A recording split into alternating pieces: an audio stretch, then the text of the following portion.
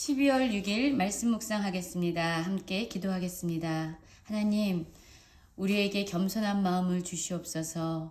또한 우리에게 겸손한 믿음의 동역자를 붙여주시옵소서. 그래서 우리가 이 세상을 마치는 날까지 온전히 한결같은 마음으로 하나님을 섬기게 하여 주시옵소서. 예수님 이름으로 기도했습니다. 아멘. 오늘의 말씀은 역대하 26장 1절부터 23절까지의 말씀입니다. 우리 성도 여러분들, 오늘 함께 말씀을 살펴보시기 전에 말씀을 꼭 읽으시고 묵상하시기 바랍니다. 26장 1절입니다. 유다 온 백성이 나이가 16세 된 우시야를 세워 그의 아버지 아마샤를 대신하게 하여 왕으로 삼으니 라는 말씀으로 시작하고 있습니다. 우리는 어제 아마샤가 처음에는 하나님께 순종하며 나갔지만 그가 교만하여지고 하나님을 버리고 그리고 처참한 최후를 맞이하는 모습에 대해서 살펴보았습니다. 그리고 그의 아들이 16세에 왕이 되었습니다. 그의 이름은 우시야였죠.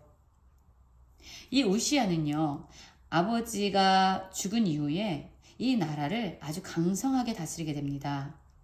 3절의 말씀을 보면은요, 우시야가 왕위에 오를 때 나이가 16세고 또한 예루살렘에서 52년간이나 다스렸다라고 이야기하고 있습니다. 4절에서도 보면은요, 하나님의 평가가 나오고 있지요. 우시야가 그의 아버지 아마샤의 모든 행위대로 여호와 보시기에 정직하게 행하며, 하나님의 눈에 우시야가 정직하게 행했다라고 이야기하는데요. 그 이유는 그가 하나님을 찾았고 또한 하나님을 찾는 동안에 하나님이 그를 형통하게 하셨다라고 말씀하면서, 하나님이 그를 정직하게 생각했던 그 이유는 바로 그가 하나님을 찾았기 때문이다 라는 말씀으로 요약해 볼 수 있습니다. 그런데 여러분, 안타깝게도 이 우시야가 하나님을 찾는 그 날은 언제였냐면 바로 하나님의 묵시를 밝히 아는 스가랴가 사는 날 동안이었다라고 얘기하죠. 이 스가랴가 사는 날 동안에 우시야는 하나님을 찾았고요. 그리고 그가 하나님을 찾는 동안은 하나님이 형통하게 하셨습니다. 왠지 이 5절 말씀 안에는 이 스가랴가 죽은 그 이후에 우시야가 약간 삶의 변화가 일어날 것 같은 그러한 느낌도 있습니다, 사실. 6절에서 보면은요, 이 우시야는요, 남유다를 아주 강하게, 견고하게 세워나갑니다. 성벽들을 세웠고요. 그리고 블레셋 사람들 가운데까지 성읍들을 건축하게 하는 아주 강력한 나라가 됩니다. 왜냐하면 7절에 보면 그 이유에 대해서 분명히 나오고 있는데요. 하나님이 그를 도우사라고 얘기합니다. 하나님의 도우심으로 말미암아 그는 그 나라를 강하게 견고하게 다스리게 되었습니다. 그리고 그 주변에 있는 이방 나라들을요, 치게 하셨어요. 그래서 어느 정도가 되냐면요, 암몬 사람들이 우시야에게 조공을 바치는 그런 나라가 될 정도로 그 우시야가 다스리는 남유다는 매우 강성하게 됐고, 그 나라의 이름 우시야는요, 애굽 변방까지 그 이름이 퍼지게 됩니다.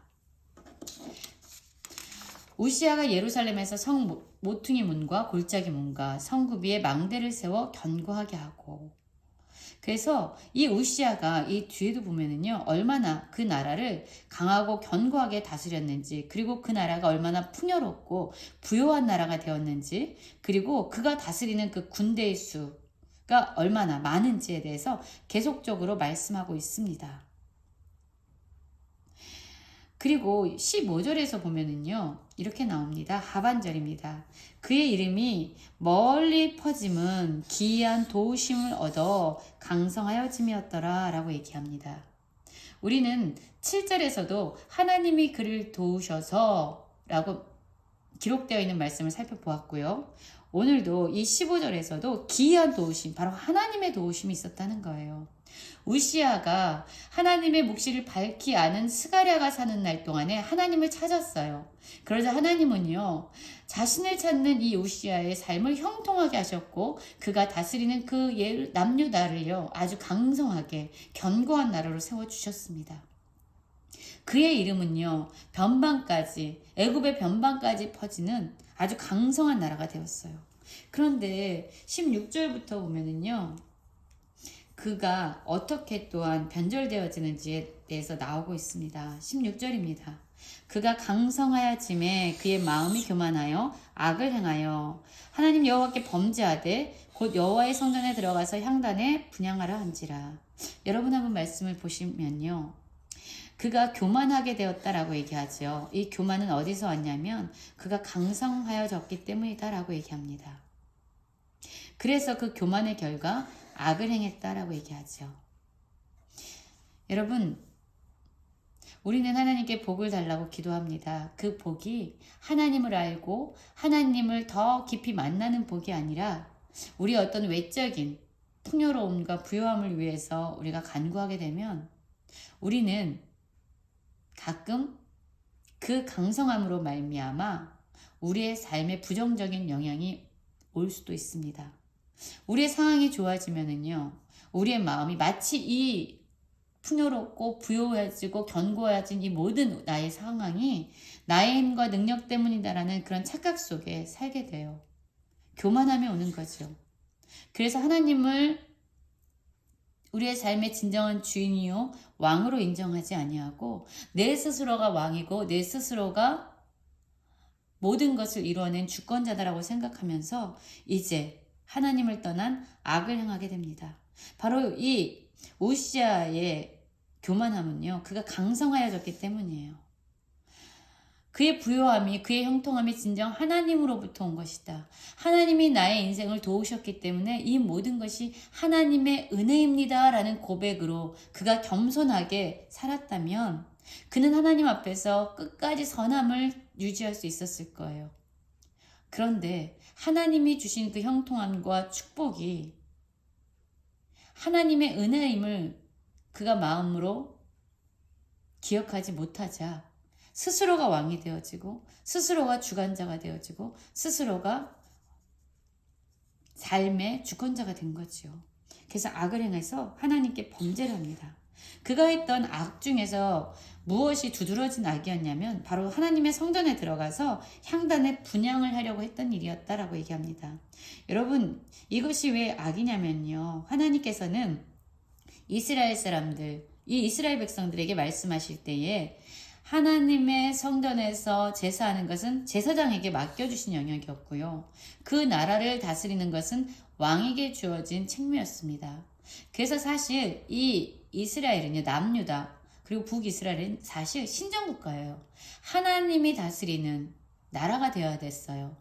그래서 이 왕은요, 제사장들에 의해서 하나님의 말씀을 잘 들어야 됐고요. 그 말씀대로 그 나라를 다스려야 됐어요.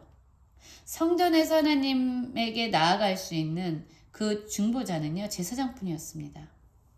그런데 이 우시아가요, 스스로가 높아져서 하나님이 말씀하신 그 법칙을 깨고 하나님의 말씀을 깨고 스스로가 하나님 성전에서 제사를 드리고자 했다는 거죠.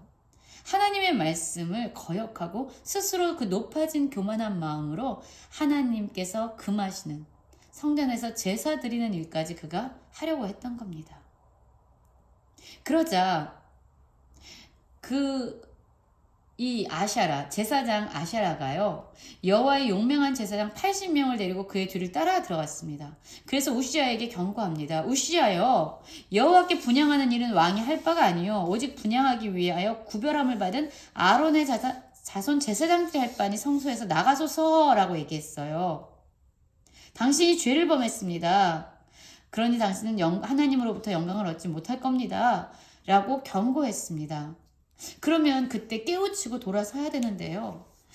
하나님 앞에 항상 이렇게 심판을 받는 사람들의 모습은요, 얼마나 완고한지 끝까지 하나님의 말씀을 듣지 않는 것이죠.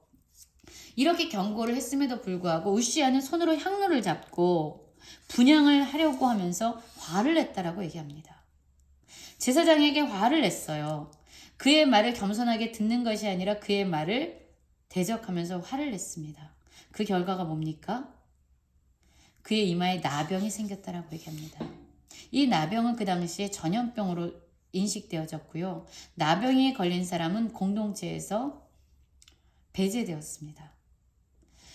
왕의 이마에 나병이 생기자 그는 성전에서 급히 쫓겨났고요. 여호와께서 그를 치셨다라고 얘기합니다. 여러분, 하나님께서는 우리의 삶에 하나님을 버리고 우리가 교만하여질 때 하나님은 우리에게 돌이키라고 말씀하여 주십니다. 그분의 마음은요, 우리를 벌하시는 게 아니에요. 우리를 다시 돌이키게 하셔서 우리를 다시금 축복하시는 것이 하나님의 본심입니다. 그런데 우리가 끊임없이 완고함으로 하나님의 말씀에 귀를 막으면요, 하나님께서 우리를 치십니다. 그래서 이 우시아는 죽는 날까지 나병 환자가 되었다라고 이야기하죠. 여러분, 우리의 삶은 우리가 이루은 것이 아닙니다. 우리의 삶의 모든 것은요, 바로 하나님의 은혜입니다. 정말로 내 삶의 모든 것이 하나님의 은혜라는 것을 깨닫는다면 우리는 그분 앞에서 겸손하여질 수밖에 없고요. 그분의 말씀에 순종하는 존재로 살아갈 수밖에 없습니다. 우리가 부유할 때나 가난할 때나, 우리가 건강할 때나 약할 때나, 우리가 사람들에게 인정을 받을 때나 인정받지 못할 때나, 우리가 한결같이 하나님 앞에서 하나님의 은혜에 감사하며 겸손한 마음으로 살아가기 원합니다. 우리를 도우시는 분, 우리를 형통하게 하시는 분은 오직 하나님 한 분임을 기억하면서 오늘 하나님께 감사함으로 살아가는 모든 성도님들 되시기를 간절히 기도합니다.